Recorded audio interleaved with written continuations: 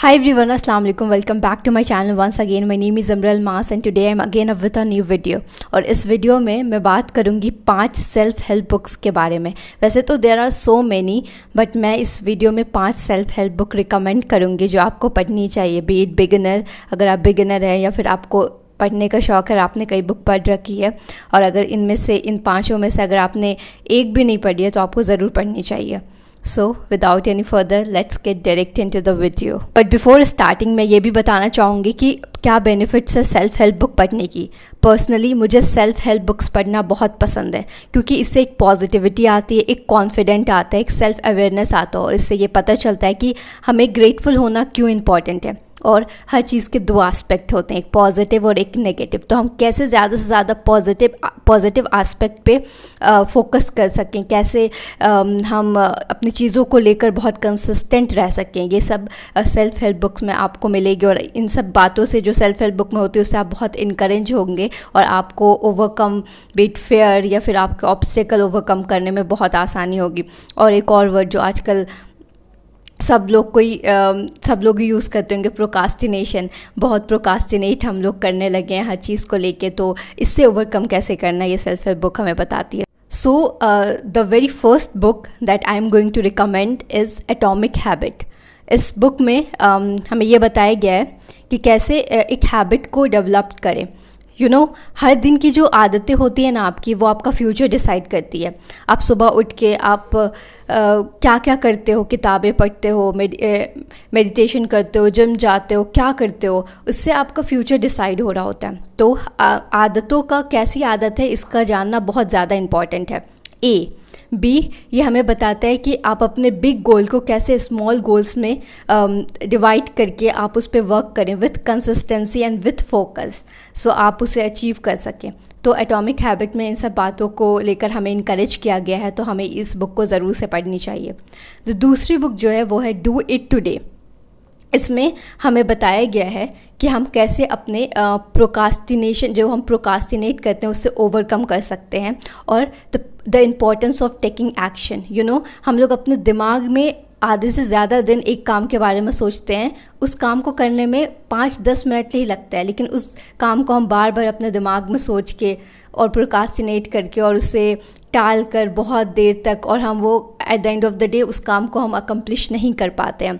सो इस बुक में ये बताया गया कि आप अपने कैसे प्रोकास्टिनेशन को बीट कर सकते हैं और उस काम को जो आप अपने माइंड में ज़्यादातर बिना सोचे उस काम को कर सकते हैं. और इसमें बहुत रियलिस्टिक वे में बताया गया है. जो राइटर है, जो ऑथर है, उन्होंने ख़ुद से रिलेट करके बहुत सारी बातें बताई है. ये नहीं कि अनरियलिस्टिक गोल बता दिया है कि आपको ये करना चाहिए, ऐसे करना चाहिए. उन्होंने अपनी बारे में भी बताया है, फिर हमारे पॉइंट ऑफ व्यू से भी बहुत अच्छे से उसमें उन्होंने एक्सप्लेन किया है. तो इस बुक को भी आपको ज़रूर पढ़ना चाहिए.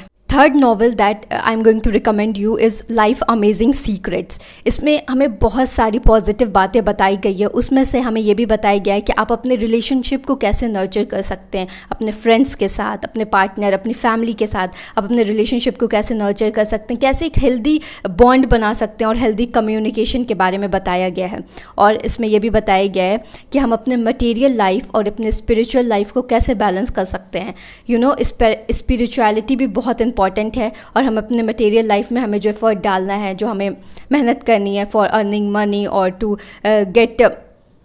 टू अचीव गोल, तो उन दोनों को बैलेंस कैसे करें इसके बारे में बताया गया. और पर्सनल ग्रोथ के बारे में बताया गया कि आप कैसे हर दिन के ऑब्स्टिकल को ओवरकम करके हर दिन बेटर बन सकते हैं, कल से आज बेटर बन सकते हैं, और कैसे अपना बेस्ट वर्जन बन सकते हैं, इसके बारे में बताया गया है. And the fourth novel is the power of now. दिन भर में हम लोग बहुत सारा टाइम इस चीज़ में ये सोच के बिता देते हैं कि पास्ट के बारे में सोचते रहते हैं, फ्यूचर के बारे में सोचते रहते हैं. जब हम पास्ट के बारे में सोचते हैं हमें रिग्रेट होता है, हमें स्ट्रेस होता है, हम बहुत सारी चीज़ों को सही करना चाहते हैं जो कि पॉसिबल नहीं है. जब हम फ्यूचर के बारे में सोचते हैं हमें एंजाइटी होती है, हमें नर्वसनेस होती है, हमें डर लगता है कि मैं फ्यूचर में इस चीज़ को अकम्प्लिश कर पाऊँगी या नहीं, क्या मेरे साथ ऐसा कुछ हो ना जाए फ्यूचर में, बहुत सारी चीज़ों को.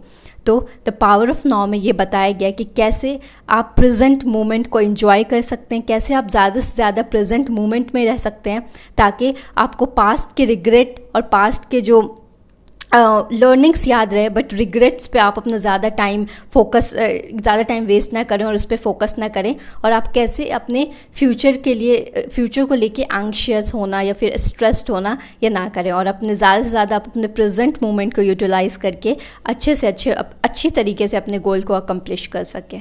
And the fifth and last novel, इसका नाम है बिग मैजिक। इसमें यह बताया गया कि आप कैसे अपने क्रिएटिव साइड को इम्पोर्टेंस दें, और जब हम लोग किसी चीज़ को स्टार्ट करने की सोचते हैं, स्पेशली जब हम अपनी हॉबी या पैशन, क्रिएटिव साइड, तो हम सोचते हैं कि हम इसमें परफेक्ट नहीं है, क्या पता लोग क्या बोलेंगे, बहुत सारी ऐसी चीज़ें हमारे दिमाग में आती हैं।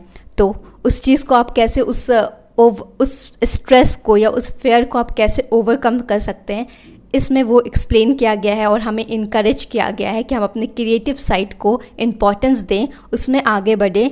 आप परफेक्ट नहीं हैं, कोई बात नहीं है, आपको बहुत सारी नॉलेज नहीं है, जिस चीज़ को लेकर आप पैशनेट हैं शायद उसमें आपको बहुत नॉलेज नहीं होगी, बट आप स्टार्ट करें, धीरे धीरे आपको एक्सपीरियंस हो जाएगा। आप उसमें भी बहुत सारी मिस्टेक्स करेंगे, लेकिन at the end of the day आपको ये सेटिस्फैक्शन होगी कि मैंने जो मुझे करना बहुत पसंद है वो मैंने किया।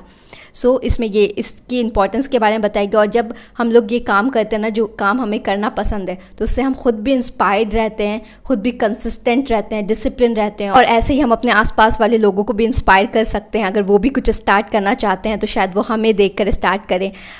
तो यह इस बुक में इसी के बारे में एक्सप्लेन किया गया है। तो आप इस 5 बुक को ज़रूर पढ़ें, और मैं आगे और ऐसी वीडियोज़ लाती रहूँगी जिसमें मैं नॉवेल्स रिकमेंड करूँगी जो भी मैंने पढ़ रखा है। सो या that is it for this video. Meet you in the next video. Until then, take care of yourself. Bye.